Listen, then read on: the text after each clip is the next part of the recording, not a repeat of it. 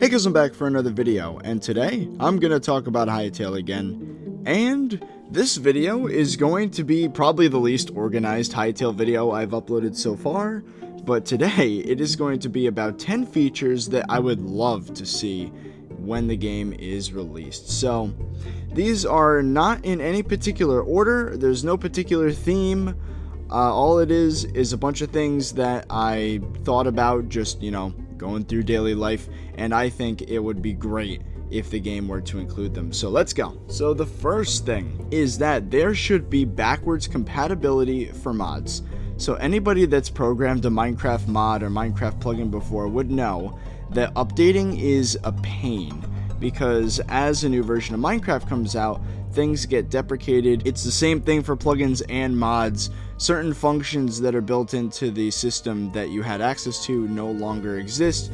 Some of the formatting changes, maybe the amount of arguments in a function changes. That being said, I think it'd be really neat if you were able to specify that your mod or plugin was made in a specific version and that the game had a way of loading it in compatibility mode. So even if a function got deprecated, maybe it could run in such a way that it would still work, so that your mod or your plugin or whatever you want to call the modding in Hytale, whatever it is, it would still work from day one all the way up until 5 years from now, when the game has gone through like maybe 100 different iterations. I think something like that would be extremely beneficial for the community, because mod developers are people too. They have lives, and updating a plugin every few weeks, or not every few weeks, but every few months even, might not be viable for them many years down the line. So anyway, that is my first suggestion.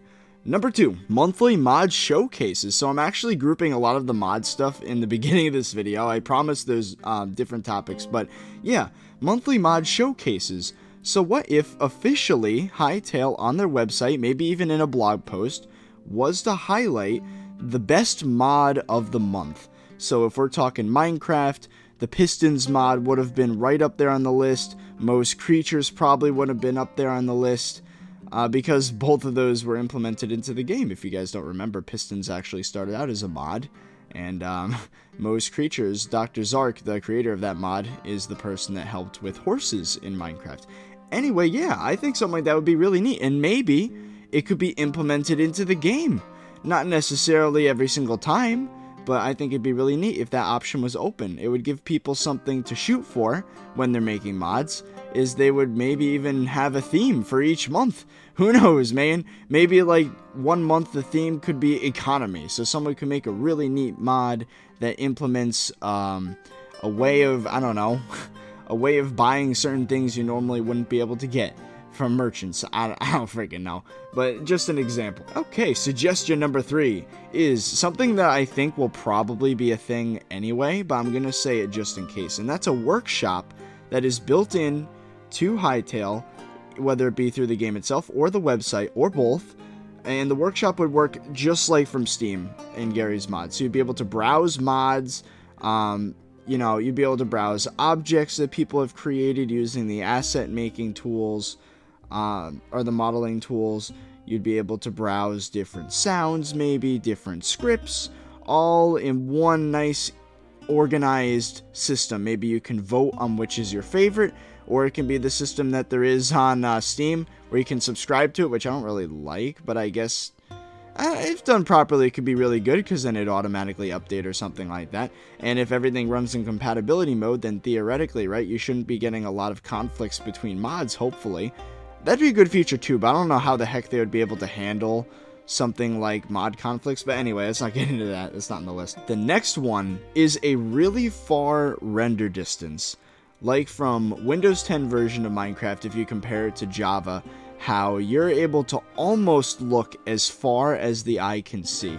It really does break immersion where you can see the edge of where the world is loading. I guess that's the purpose of fog, but still, just imagine without fog, having things just render out to like where the eye would normally see in real life. Of course, in real life, there is technically a fog, quote, system, You can only see so far before things start to get cloudy or foggy. But whatever that distance is in real life, I think that'd be really neat if, for example, on a high-end computer in Hytale, you were able to have the render distance be that far. And maybe the render distance would depend on the weather. Maybe it could be a really clear day and you could see for many miles out. Of course, that's unrealistic, but still. And the next feature would be to have no hard-coded height limit. So the way this would work is that the game would have to load terrain using cubic chunk loading. If you guys don't know what that is, instead of loading a 16 by 16 by 256 area, you would load like a 16 by 16 by 16 area, a cube, and then you would just load a lot more of them. And if you do that, you don't have to worry about there being a height limit. You can just generate chunks, 16 by 16 by 16 chunks infinitely in all directions.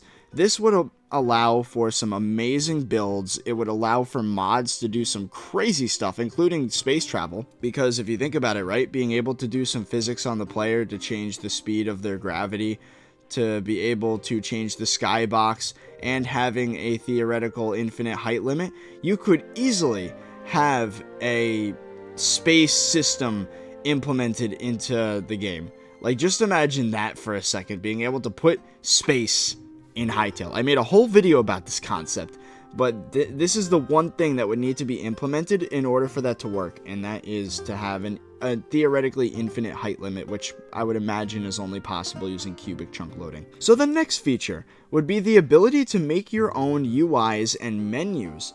So this is super important because if anybody wants to make their own game in Hytale, they would rather not do what Minecraft does right now. If you guys don't know, generally using plugins, what you would do is have an inventory menu. So there'd be items in an inventory, and then the game would basically recognize, hey, if you click on this item while in this inventory, then do some action. But it's not the most professional looking thing. At the end of the day, you only really have the inventory screen. But what if in Hytale you were able to create your own menus? Say on an RPG server, you wanted to ditch the inventory that's there right now altogether and have a list of items, and then have a weight for each item, and then have it be like the Fallout games where you can be over encumbered but still carry like literally thousands of items as long as they're light enough. Something like that. But yeah, so making your own UIs would be really neat because then you can add all sorts of mechanics to the game. For example, it is confirmed that Hytale will not be having any sort of leveling system or perks or skills. Instead, everything is going to be gear-based as far as the RPG elements are concerned. So, being able to implement a skill tree as a menu using the modding tools would be really convenient. Weapon and armor durability, and having the damage of the weapon and the damage tolerance of the armor vary depending on the condition of that piece of equipment. And of course, having the ability to repair similar items together. I think this is super important because not only is it a way to like make use of all the junk you pick up from killing a bunch of enemies, but it makes it feel like you've accomplished something when you fully repair a weapon. If anyone's ever played Fallout New Vegas and they were to find something like a hunting rifle, and it's at like a teeny tiny sliver of durability, every time you shoot it and reload, sometimes it jams up, the damage is pretty low, it's like in the 20s, and you're able to still kill things pretty effectively, but then you kill a guy with another hunting rifle and you repair them together, and all of a sudden your hunting rifle is at like 1/4 durability, and then it does a ton more damage, it doesn't lock up on you anymore, and then you maybe find a weapon repair kit or two, and you have a fully repaired hunting rifle that does like 50 damage, and it shoots super duper fast, and it looks all shiny, and it is a huge sense of accomplishment.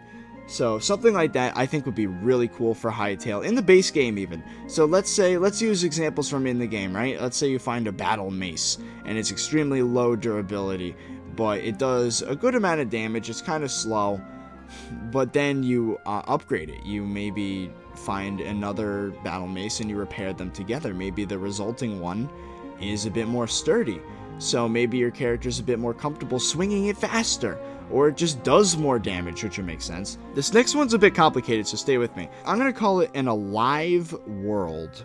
So what does it mean if the world is alive? Well, for one thing, it'd be weather.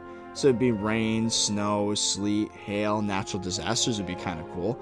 If there was something like a tornado or a hurricane, it'd be pretty freaking neat. Having climate and environment variables such as humidity, weather patterns, making it so that if, for example, your character is in a specific area, the terrain dictates a lot about how their gameplay is. For example, right, you can't just strip an area of all of its properties and then just have it be an empty lot without doing a ton of work. So for example, I'm going to use Forever Stranded from Minecraft, the mod pack Forever Stranded, and it is incredible.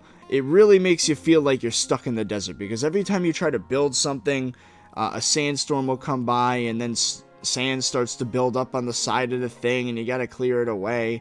But it just feels more legit. It feels like you're actually in a desert. Instead of in Minecraft, if you just kind of build a hut out in the middle of a desert, and it's just like, well, this is my house now, and it just so happens to be surrounded by this block that is yellow. But like, if there was more stuff going on, if there were storms, like sandstorms, and it was hot, and you had to find a way to cool your character down, and there was just all these things that made the game more difficult, but way more immersive, I think it'd be really neat that way. Ambient sounds, such as waterfalls, different kinds of fauna, things like that. Just all sorts of different... Oh, and another example, I'm going to go back to Minecraft Blightfall. If anyone's ever played Blightfall, they would know. When you're in that dome, surrounded by purple ooze, and you know for a fact that everything that touches that purple ooze instantly gets, like, killed and turned into more purple ooze, you feel scared, and you feel like you have your own little safe haven in the middle of the madness, and then you can like build out slowly and make sure that you have like a floating building that's not touching any of the slime, and it feels so cool. It's almost like what makes Skyblock look so cool is you have your own little space when you're surrounded by deathly stuff. So I really hope that, I really hope the game is difficult. I don't want it to be a walk in the park. I really do think the game should be very difficult. But there'd be a skill curve, you know? Once you know what you're doing, obviously it's not going to be random dumb luck difficult, like to the point where everything has super high health or whatever. But I mean things that you need to learn about your surroundings.